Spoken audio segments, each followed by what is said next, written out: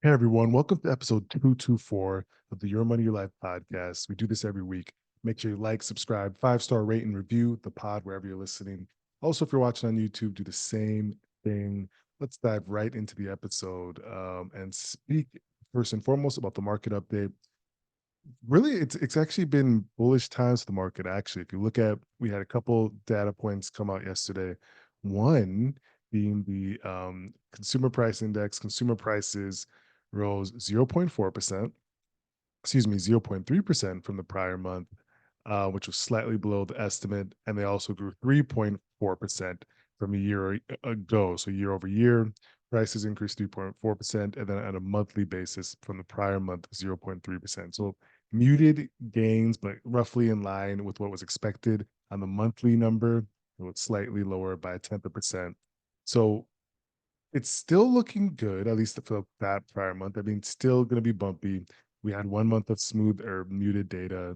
That's fine. So the market kind of really took that as to be a bullish meaning from what the Fed will potentially do in the future. So the market was really bullish yesterday. If you look at the chart, yesterday was a strong day for the market, but up S&P 500 up over 1%. If you look over the past week, it's been a strong week, really with, again, yesterday's big move. And year to date, of course, we're in the double digit gains again on the S&P 500. And so, again, another still, again, a solid day, week for the market. And we'll see what happens today. It's slightly up in the futures trading. Again, nothing to write home about, but we'll see how it trades. S&P 500 edged over 5300 for the first time, which is a first, meaning we're getting to gains that we haven't seen in a while. Now, remember, that's because you hear or see or something like the market went up X amount or it's the highest in time. That doesn't mean that your money just linear. Nobody's money in the market goes up linearly, in a linear fashion, right? So if you are part of a bull market and bear markets, right? If you're part of a bear market, you have to have even more of a bull market for your money to recover. We did an episode on this prior to where we talk about what actually happens and the real things of the market. So if your money goes down 10%, it has to go up by more than 10% to even get you back to break even, right? And so people get these headlines, they don't really understand how things work. But that's the part of the give trade-off you have for being in the market, right? So risk reward, all these different things, it's all part of trading in the market. So that's the big data. So market is recognizing that inflation dynamics are looking favorable, says one person. But there are some good takeaways from earnings season. I do think a lot of companies have performed fairly well in earnings this year and this season. I talked about what did we talk about on CNBC yesterday? Cisco. We talked about Walmart and we talked about Under Armour on my CNBC segment yesterday. And it looked like Walmart had a strong earnings. They're up more than 2%. We liked Walmart for our trade. Again, they had better than expected earnings and some other items that came into fruition on the top line. So that's the big moves there when it comes to the market. Again, lots to go over. And again, we talked about Walmart earnings, revenue, and earnings expectations were beat. They also had significant e-commerce gains. They drove profits with newer businesses like advertising. So they're doing a lot of advertising now. So at Walmart's getting into the advertising. There's ancillary businesses that Walmart, all these big companies that have a foothold in their market, their primary core market, are you looking at ancillary businesses to increase profits, increase revenue? And Walmart is doing stuff like advertising, adding to advertising, as well as financial services and healthcare, different things of that nature. So looks like the CFO was on CNBC and he said that other factors boosting Walmart's grocery business is the widening gap between the price of cooking at home and buying food at restaurants. So the Walmart CFO is saying that there is a big gap, meaning it's more expensive to eat out than it is to buy food at home and cook it at home. So that widening gap is allowing them to gain market share in the grocery business. He also added that shoppers, especially with higher incomes, appreciate the convenience that Walmart offers. It's just a nice way of saying that rich people are shopping at Walmart too. That's he's saying, or it will be saying that people that have better incomes are shopping at Walmart too. Um, okay, so this is interesting, and this is again one that we liked when we were on CNBC yesterday. You can check out the segment on the platform by searching my name. Shout out to CNBC. What else do we have? Oh, meme stocks. Meme stocks back in fashion. Let's get into current updates, news updates. So Keith Gill, who's Roaring Kitty, who started the GameStop craze, what was that, 3 years ago now? Um, he was on Reddit, he was on YouTube, he was posting about it. He was the leader of the retail traders. And then he left after his old debacle. He left for years. Didn't tweet for years, didn't do nothing. No one saw him, no one heard of him. If you guys watch the movie, what's it called now? Dumb Money? Yes, Dumb Money, the movie. It's on all platforms, actually.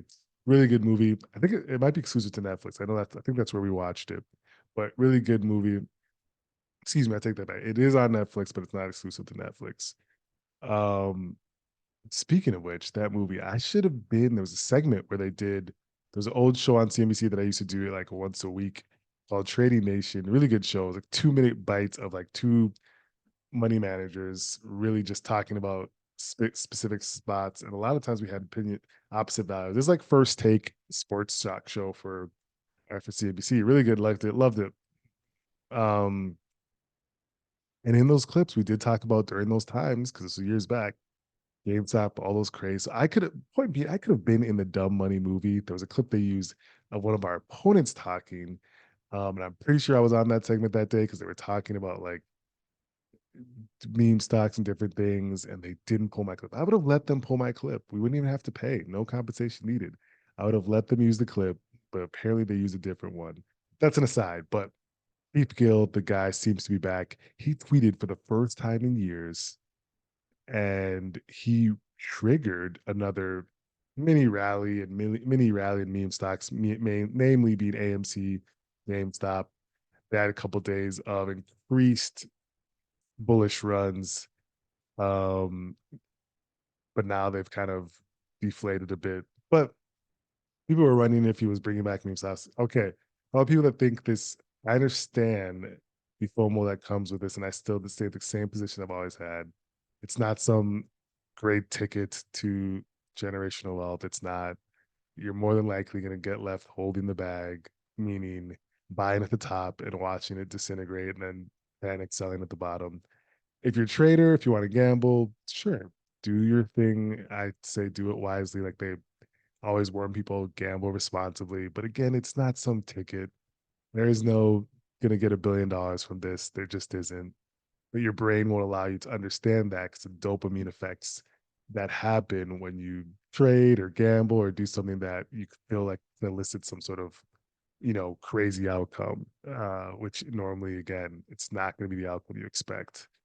But you see people doing this more and more. It seems like he's reinvigorated Keith Gill, Roaring Kitty, reinvigorating retail traders and day traders.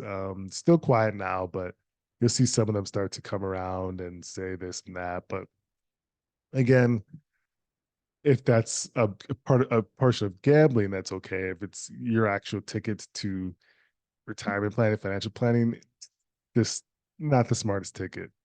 And we've talked about that plenty of times. And no one says it when it no one really gives you credit when you save them from something, right? They only remember making money from what you've given them or even not making enough, but they never give you credit for when you save them from something. That's interesting. Just remember that, folks. Just remember. Moving forward, let's see. TikTok potentially has a new billionaire bidder. So billionaire Frank McGort says his project Liberty is forming a team with Guggenheim Securities to launch a bid for TikTok's US business. Project Liberty wants to move TikTok's platform to an open source decentralized protocol, allowing users to control their data regardless of the social media app that's being used. He's not saying how much TikTok is worth. Okay. I don't know who this dude is. This just sounds like some political thing that it's probably not going to come to fruition. Organizing people's bid for TikTok. So we're mobilizing a diverse coalition which supports some of the country's leading investors, social impact organization. Yeah, okay. I don't think this dude's going to be able to do it. Again, it has to be sold by ByteDance, which is TikTok's Chinese owner, to a company within a year or face US government ban. There was a lawsuit again that we mentioned that. I don't know how that legality breaks down. If I see an article on it, I'll bring it here and break it down for us. But this guy just trying to make it some waves. This dude is not, whatever this Project Liberty is, it doesn't sound like this is going to happen. But we'll keep an eye on it. We'll keep an eye. I just don't believe that some open source thing is they're gonna sell TikTok to. If they do, it'll be the highest bidder. That makes gives them the terms they want. Still some sort of like backhanded control of what's going on, but we'll see. Web braces for new Google search. So Google's revamped AI infused search is making businesses that depend on web search anxious. So of course, as you know, Google sells ads on search. With AI infusion, AI, there was big conferences from both ChatGPT, Microsoft, partly owned, and Google's IO conference, excuse me, it could have been AIO.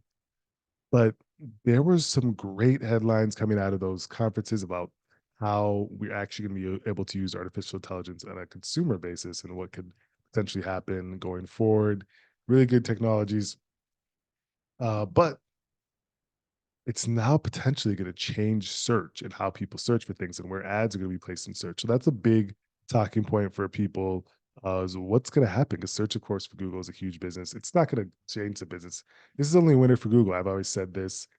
Google has so much information. Their ability to use that information to intricately infuse AI and then do other things with advertising is going to make them a winner, one of the winners in this space. So we'll see what happened. There was a bit of a talk on AI, so let's go to that now. So again, those Google and OpenAI show off and shows they were impressive. Again, there was all over Twitter. It was everywhere where it was talked about these new language models, the higher up step language models. So Chat GPT 4.0 is 2 times as fast as its predecessor and will soon be released for free. Oh, okay. It features a sophisticated voice assistant that company says can hold realistic combos and respond to what you show through a camera. Okay, this is really interesting. So Google also previewed their similarly dubbed Gemini Live that's stop talking when you interrupt it, remembers interactions, and analyzes your face and environment through the phone camera. That this stuff is pretty good. These AI assistants, these things are it's going to be really big for customer service. It's going to be really big for tutoring and teaching. But again, there's still going to have to be human interaction, and most people that are doing sales jobs or things that are really relationship based are going to be fine. And this stuff's not going to come down the pipeline for another bit. I know people love to scare people that it's coming and you're going to lose it. Like, no, I mean, the people that are at potential risk in certain areas that are very mundane or repetitive, um, it'll be a while, but these things are coming and they're making huge strides. And the thing about these, as more information and data is gathered, the strides become quicker, right? It actually becomes faster in the how intelligent it gets. So this is gonna be something to watch. Okay, this is an interesting headline. Squarespace is taken private in a $6.9 billion deal. A private equity closes the public tab. Okay, so Squarespace, we know it. It's a website maker. It's now going private. Why did I not? This is interesting. Squarespace. Okay, so they went public at a $10 billion valuation, and now they're being taken private at 6.9 billion. So okay, 3 billion off. Wix, it's another rival, is also still public, but I guess Squarespace wants to go public. The Property Brothers of Corporate Finance, but it said they flip corporations. That was a definition of what private equity people are. So Silver Lake, who's doing the deal? So it looks like Permiria Squarespace buyout is a second largest buyout behind Silver Lake's $13 billion deal to take WWE private. So let's get into the logistics of what it means to take company private. As you know, Squarespace, Wix, the competitors, they're public companies, meaning they were available to you to buy shares. The retail investors, people in the public could buy shares in this company if they've done their analysis or have a smart person that does their analysis and says that, oh, long term, this would be a good company to own. But when you take a company back private and you buy out all the public shares and take it back private, you're pretty much buying out all the public shares that people own taking all that, that's the valuation, coming to a valuation with the people that make decisions, the board, top shareholders, and getting things done where you could take the company private. Why do you take it private? Because you think that it's undervalued by some measure by the market, and you could do some things to fix said company, and then either later resell it to another private buyer or bring it back public for more money, right? And so that's why this transaction happens. Private equity firms do some analysis of their own and decide that they want to make the company more efficient, do things to bolster revenue, and hopefully sell the company later on.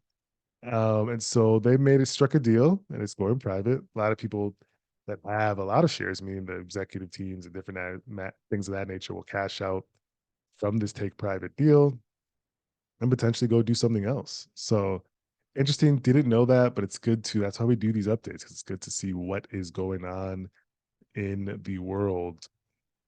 There wasn't much else as far as news. Let's see if we missed anything. We talked about AI. We talked about TikTok a bit. Talked about meme stocks. Yeah, that was the big nuts and bolts of this week. If we want, as a crew, we can now get into our market update of the week and talk what is, excuse me, not our market update. We will now get into our question of the week and talk about what we have for our question of the week. So let's get into it. Question of the week. First and foremost, what is the highest CPI inflation rate in US history? What is the highest CPI inflation rate in US history? Remember, consumer price index, we talked about it earlier, pretty much gives you a good look on the what a basket of goods and services, that the rate at which it's increasing for consumers. So let's take a look at this. I'm assuming it was like in the 12, 13% back in the 80s, 70s, 80s. That would be my guess. There was a lot of inflation that time. Oh, answer is 20.49%. That was in 1917. In 1917, prices increased. And I'm assuming this is, of course, year over year, 20%. So that means if you bought something for $100 last year in 1916, the next year it's $120 to buy that same item. That's crazy. Um, so that's why tracking inflation is important, because people want to understand that, just saving money and doing different things is not always the best answer, right? Because if your dollar is worth less than it was the year before, that that means you've lost it in that short time. You've lost in that time frame. You've lost money. So that's why people invest, um, to one, not only beat inflation, but do better than inflation, and also preserve the value of your dollars, right? That's one of the big reasons why we see that, why we invest for a lot of people. Let's look again at our next question. Can you name the six American companies worth over 1 trillion? Six American companies worth over 1 trillion. All right, let's break it down together, folks. Of course, we're going to go with tech because that's where a lot of the money is being made. Of course, we have Google, Microsoft, Apple, Meta, Nvidia. Google, Apple, Meta, Nvidia. I'm missing one. Where's our last one? Netflix. I'm assuming Netflix. Netflix. Let's see. Let's see. Microsoft. We got it. Apple, we got it. Nvidia, we got it. Alphabet, Meta. Oh, I missed Amazon. How do I miss Amazon? And the last one was Amazon. Okay. Have you seen Microsoft is the top market cap company, worth over roughly 3 trillion. Apple comes in a second. Nvidia rounding out third, with Google, Amazon, and Meta rounding out last. So that's a good one. That's a good question. I like that question. Folks, we hit a lot of things today. We hit questions. We hit just good trivia questions, good market update and whatnot. So, hey, again, we do this every week. Make sure you like, share, subscribe, and we'll talk next week.